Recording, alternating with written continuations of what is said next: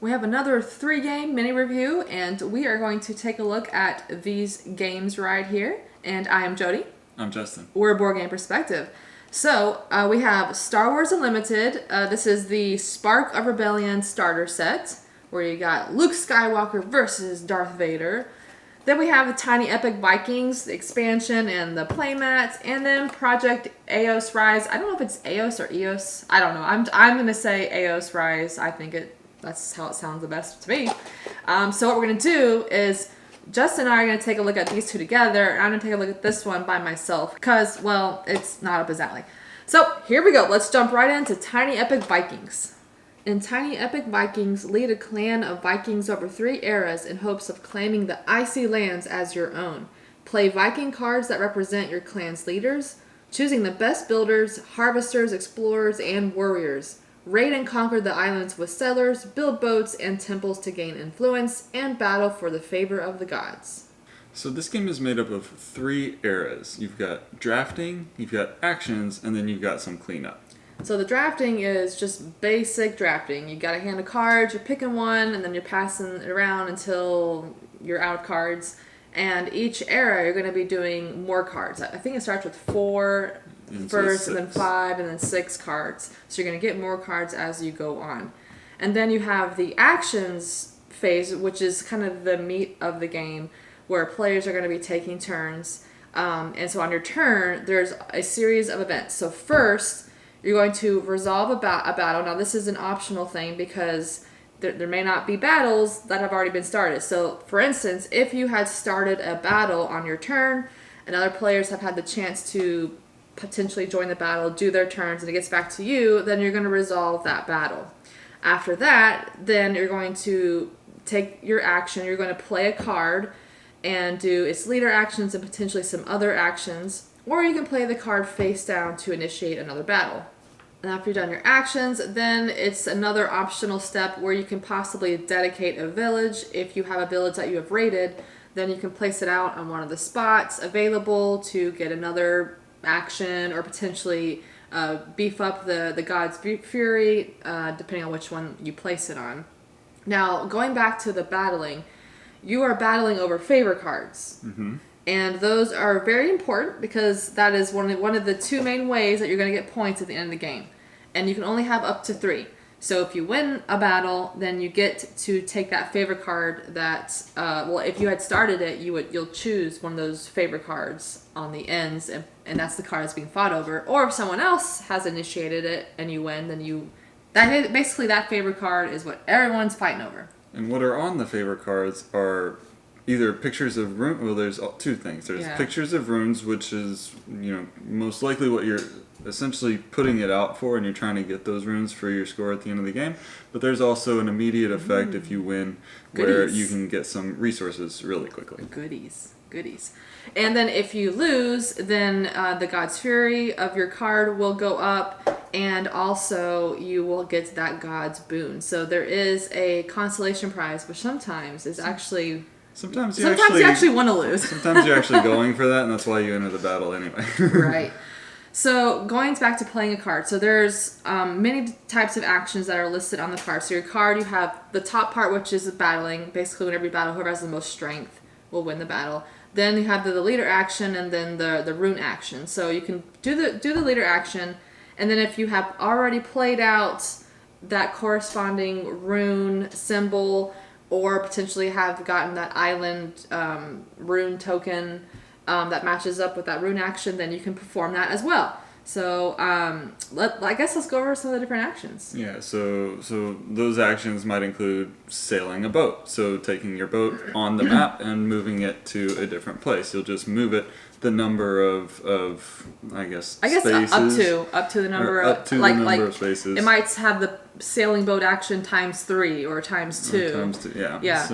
So you can do that in order to go to one of the islands or just be out in open water, however you end up. Possibly raid some villages if you lay down a village. Right. But that's also a main way that you're going to be getting your settlers out, because you can deploy your settlers up to the movement amount. So like if it was sailboat times 3, then you get to move possibly up to 3 settlers out onto the islands. That's how you kind of move out the troops, but you got to pay for it, of course. Of course. So, but then another thing is, one of your actions might be harvest, and you need to have stuff to be able to feed your people, right? So you need harvest and trying to get all kinds of goodies. Build up your harvest there, and then there's also building, which is you have to build another ship if you want to put another ship out, or you have to build a temple if you want to put a temple out.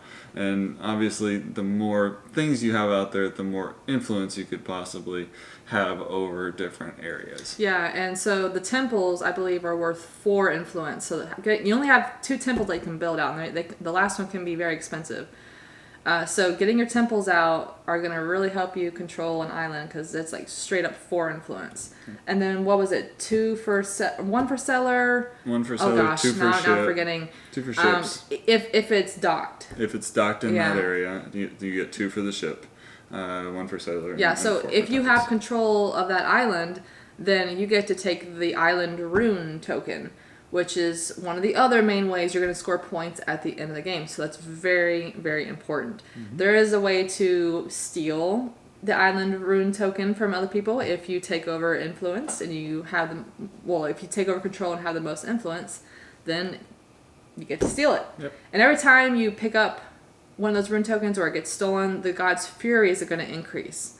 And that's kind of really another important factor for the end game, because what you're going to do is you have those 3 different gods that correspond to the runes. You're going to figure out at the end of the game, the first whoever has the most fury, and then second and third, and you're going to score your island rune tokens based off of the first, second, and third place point allotment, and same thing with the favor cards. So let's just read this little paragraph right here. Note the positions of the 3 fury markers on their tracks. The god with the most fury is the most powerful, and that god's rune grants the most victory points. And then the second and third most powerful god's runes grant lesser amounts of victory points. Now there's also the expansion, Tiny Epic Vikings Ragnarok. So this introduces a couple different things. So now with this, you can slay a giant. Mm-hmm. And also deploy a Valkyrie. So in order to slay a giant, you have to have a Valkyrie and 3 settlers on that island. And those 3 settlers are going to get sacrificed. Bye-bye. Bye-bye.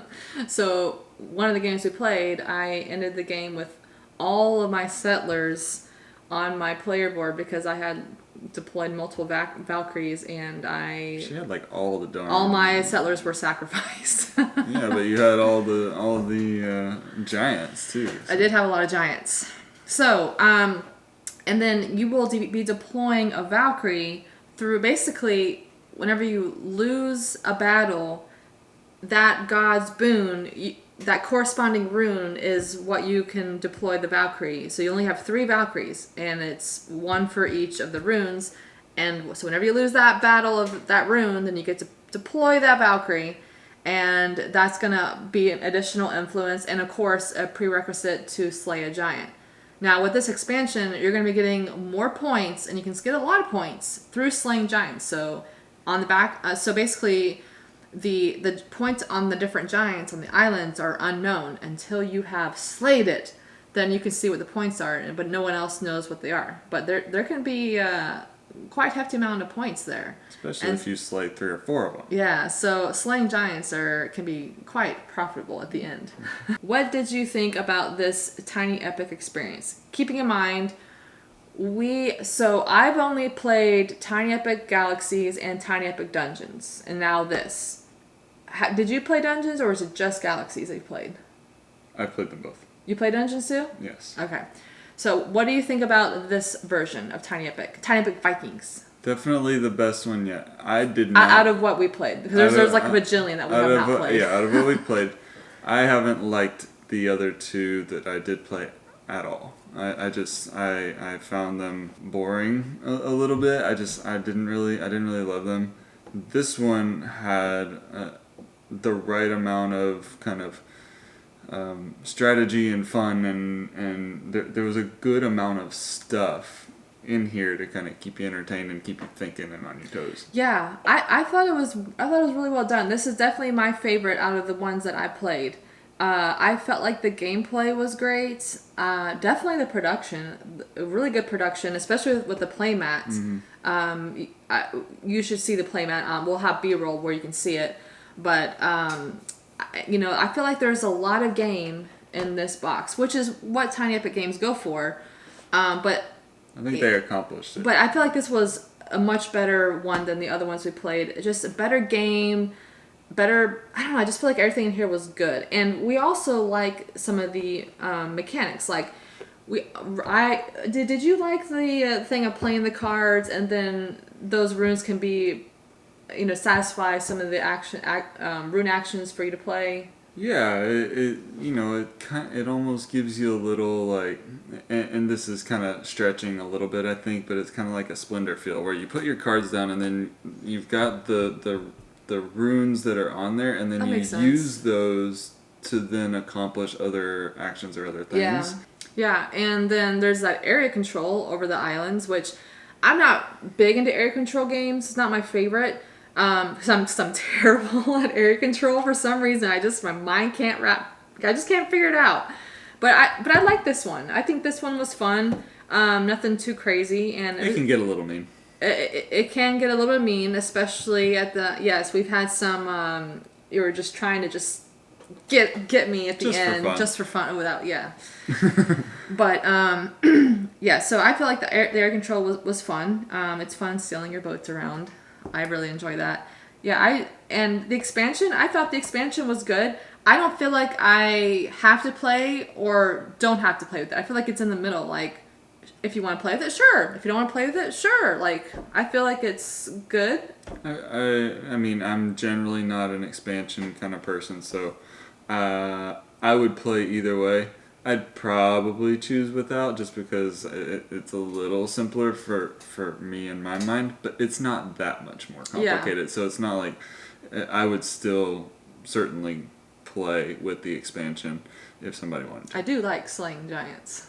And then just the whole way that the battle works. I just thought the game just flowed really well. And then the drafting, of course, we like drafting in games, and this one just seemed great all around, mechanics and production. Yes. So, I guess we like this one a little. Yeah, I think so. Project EOS Rise is a 1 to 4 player cooperative space adventure game that combines worker placement, push your luck, and dice placement game mechanics. You and your crew will travel the universe, hunting down fast radio bursts that will advance your progress towards finding the Paradise Planet. Once the Paradise Planet is located, the crew will put everything on the line in a desperate attempt to reach it and win the game. So it's just going to be me for this one, because after reading through the rules, which were fairly extensive, I knew I was 150% sure that Justin was not going to enjoy playing this game, so I didn't put him through it. So I wanted to try this one, though, because it's up my alley. I like cooperative space games, worker placement. I always am up for trying a space game. So what we're going to do is we're going to look at the different phases briefly. Now, this is not a how to play. I am going to briefly touch over the different phases, because there are a lot of rules. There's a lot of steps within steps. So I am just going to touch the surface. So if you want to how to play, you're going to have to find it elsewhere. And there are many rounds to a game. So each round has the 9 phases, and there's many rounds. But the objective of the game is to get a lot of FRBs to bump up the progress track, so you can roll for location, get the Paradise Planet out, and get there ASAP before you die. It's basically the goal of the game. So phase 1 is planning. This is where you can potentially restock on some items, kind of figure out what you want to do. And then phase 2 is crew actions. This is the meat of the worker placement. So on the EOS starship, you have multiple spots you can go to.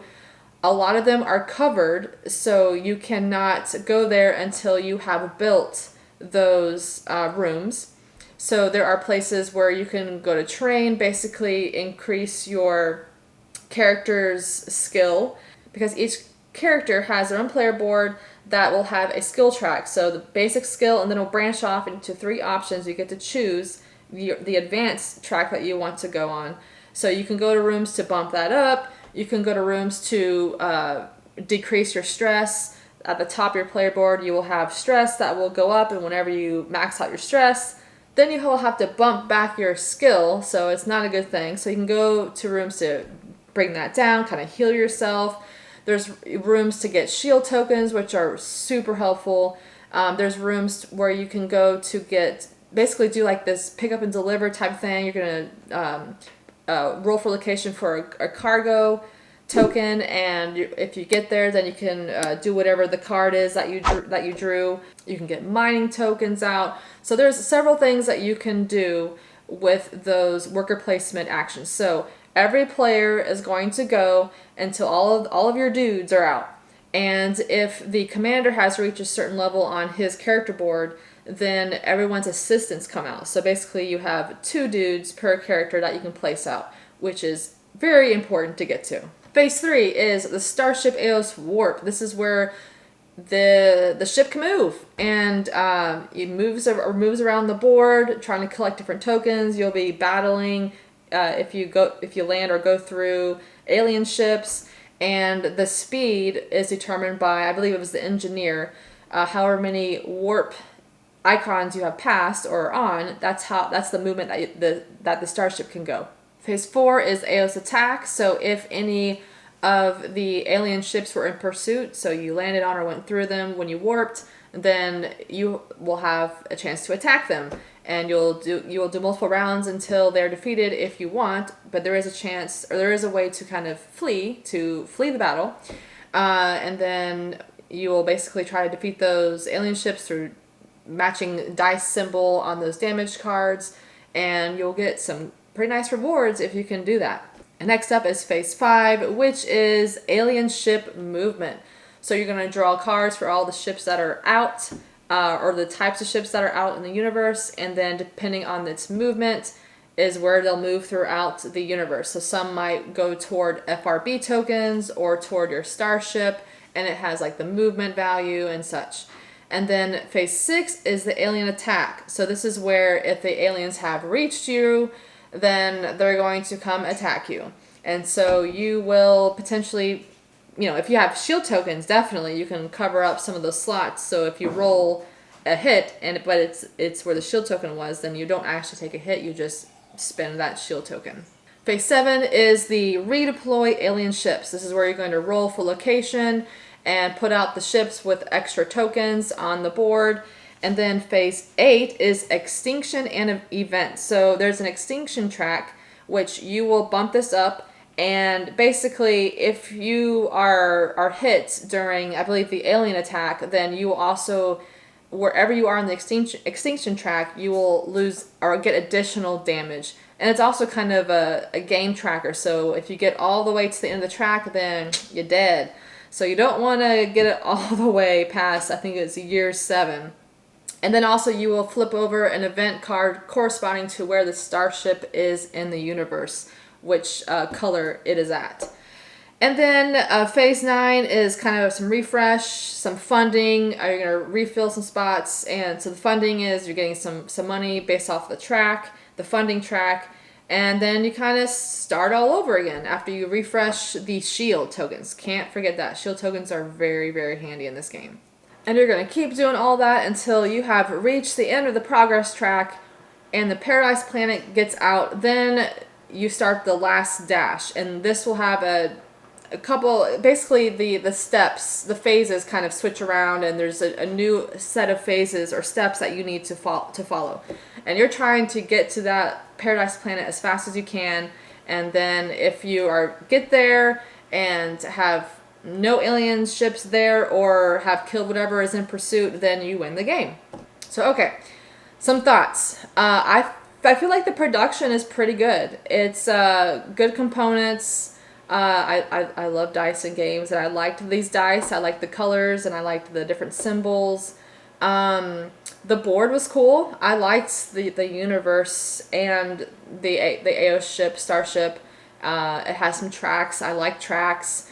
And I really enjoyed all of the roll for location. So I played with a friend, and I would always be the one that would roll the dice. So I think I just had fun rolling the dice. But basically, you figure out which sector and galaxy this token or alien ship is on, or the Paradise Planet, whatever. So there's a lot of roll for location. And so there is some randomness there. So the universe isn't going to be the same every time. Like this certain token you need to get might be way down here, or the Paradise Planet might be on the opposite side of the universe as you. It just kind of depends on the roll. But I did really have fun doing a lot of roll for location. I don't know if that's the nerdy factor or what, but I did like that. Now, the first play of this game can be overwhelming. I like crunchy games, I like systematic games, but for some reason my brain was just fried after the first game because I was trying to like make sure all the rules were being followed, because there are 9 phases and there are multiple different, like a couple of the phases are different types of battling, and you have steps within the phases, and like my brain was fried. And yeah, so I was like constantly following the rule book for every time. So it can be overwhelming. So if you are a newer gamer or definitely don't like, a lot of thought in games, rules wise, then this one is definitely not for you. And that's why I did not put Justin through this, because I knew he would not enjoy this game at all. This is totally not up his alley. No. So if you are like that and like Justin, then don't get this game. This is not for you. Now, for me, I like crunchy games. I like these types of space themed games and the cooperative. And I found this game to be okay. It's not one that I'm going to want to grab to play. I feel like after a few plays, I don't have that desire to play this again. I don't think it's a bad game, though.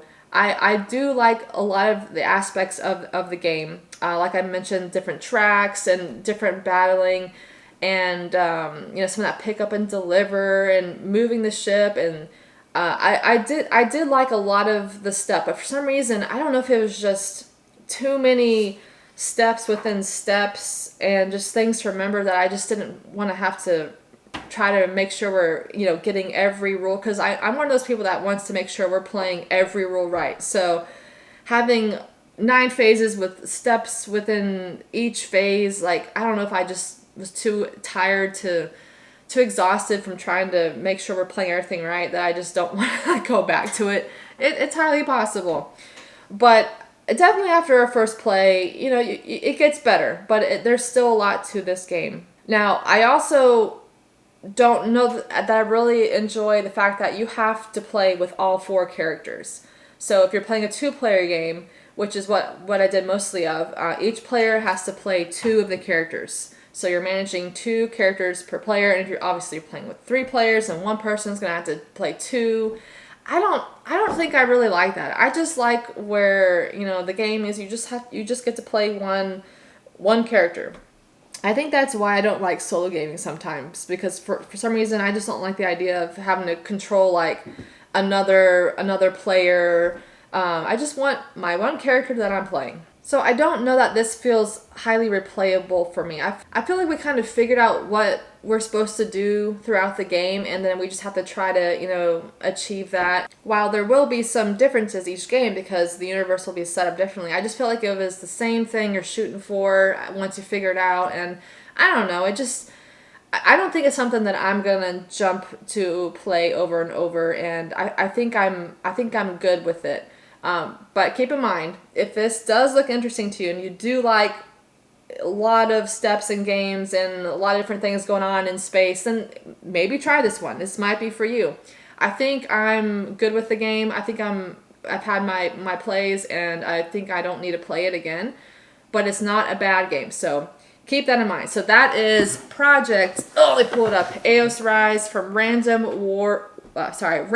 World Games. Game designer is James Baker. Star Wars Unlimited is a trading card game in which each player takes on the role of a leader, an iconic Star Wars character who rallies their forces into battle to defeat their opponent's base. These forces are represented by a 50-card deck containing units, events, and upgrades. So to start this game, you will be starting with a hand of cards, and you will be choosing 2 of them to be your resources to start, starting with 2 resources. Now, if you don't like your hand of cards, you can mulligan, which is like a one-time, you shuffle those cards back in and basically get a new hand, and that hand you're stuck with. So if your first hand is really awful, like super expensive cards, nothing to really get you started, then definitely take advantage of that mulligan. Mm-hmm. Now, once you get started, basically there's 2 phases. There's the action phase and then the regroup phase. And the bulk of the game is in the action phase, where you're taking turns back and forth. So in the action phase, you're going to choose one of a number of different actions.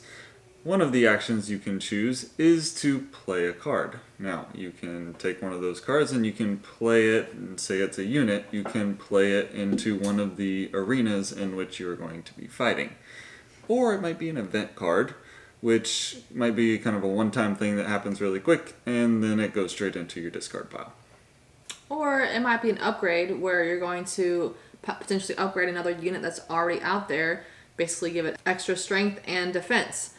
Now, there is a cost, obviously, to play a card, so you got to pay in resources, which are face-down cards you have. So you start the game with 2, and you'll be building that up. So if my card I have, my unit in my hand is 2 for the cost, then I will exhaust 2 resources, and I will play it. And cards go out exhausted into the arenas. So they're not ready to go.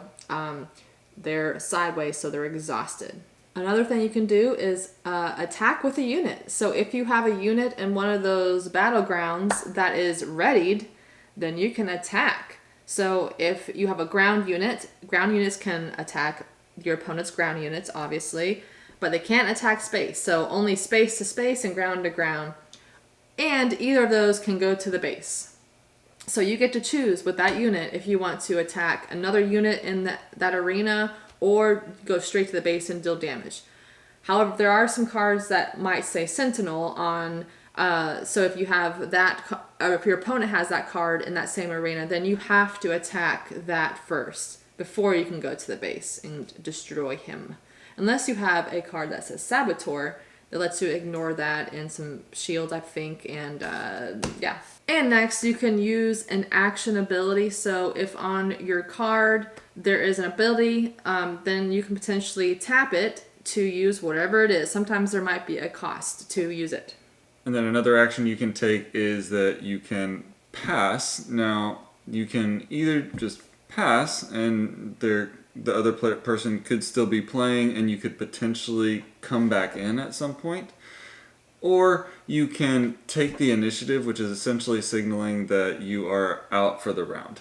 But taking that initiative means that you get to go first in the next round. But you just have to keep in mind that once you take that initiative, you're done for the round. Yeah, so the round's over when there's basically 2 consecutive passes. And there have been times where I played some friends that have taken the initiative, jumping the gun to make sure that I do not go first in the next round, and that can be very frustrating. So after the round is over, then you move on to the regroup phase. This is where you draw 2 cards, and then you can potentially resource another card. So one card from your hand you can play face down to be an additional resource for the next round. And then everything gets readied. So everything that was exhausted gets readied, and it's ready to go for the next round. Yep. So, what did you think about this game? Well, actually, let me say, this is our first ever experience into a trading card game or collectible card game, whatever, these genres are. I know there's tons, I know people that play Magic and do Pokemon and Yu-Gi-Oh! And all this stuff. We've never, ever played any of those. Yeah. Any trading card game. This is our first, dabble in it. Yeah. And what do you think about this game?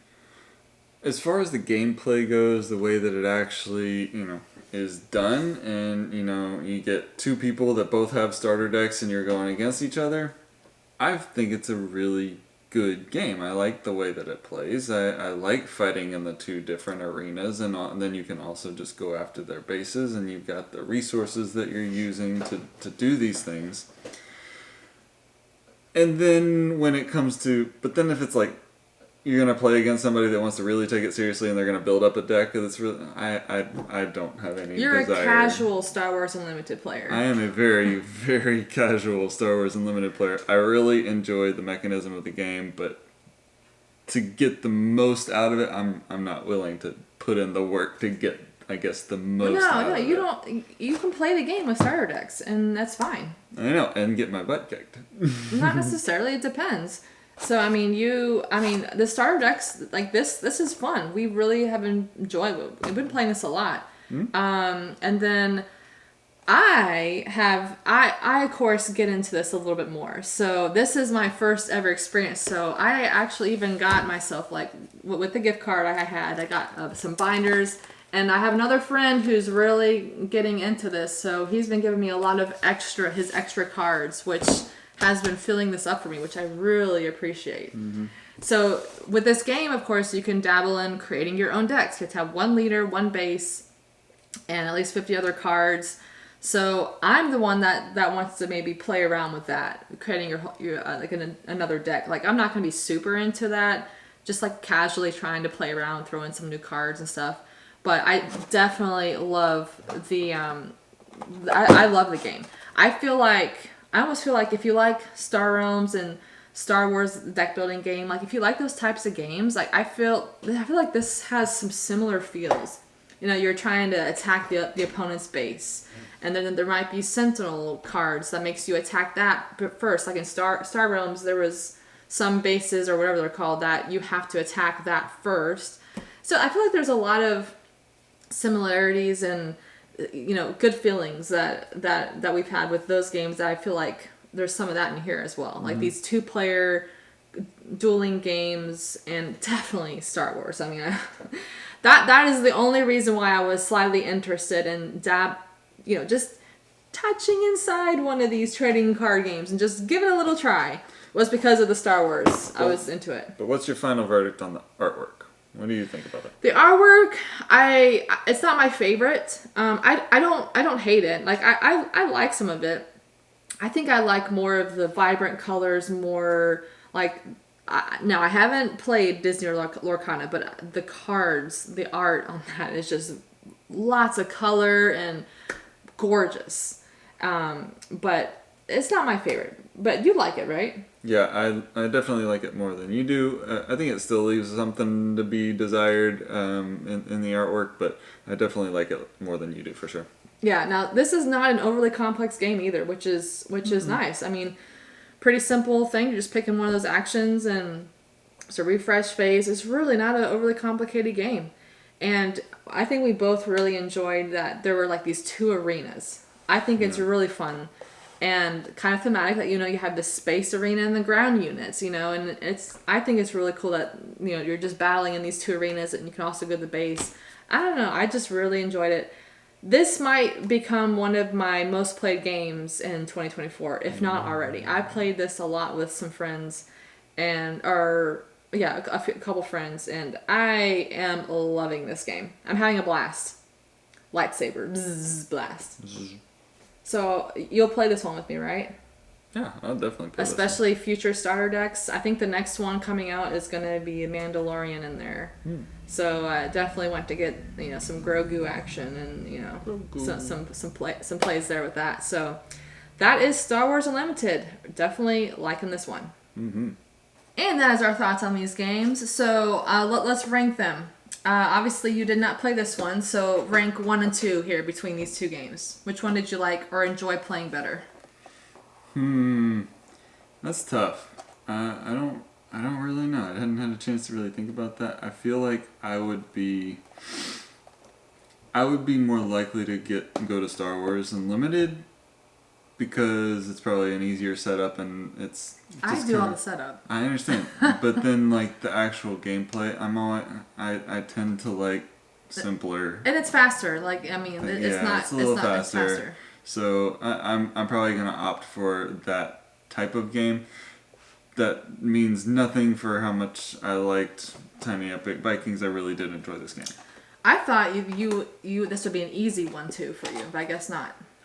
Not necessarily, because Because I did once we got playing this, and if I'm in the mindset to play a slightly longer game than that, then I would be all over this one. Nice. Okay. Well, for me, it is definitely going to be 1, 2, and 3 in that order.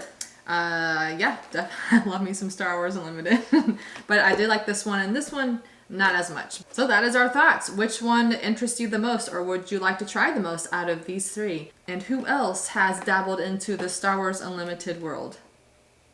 Let me know.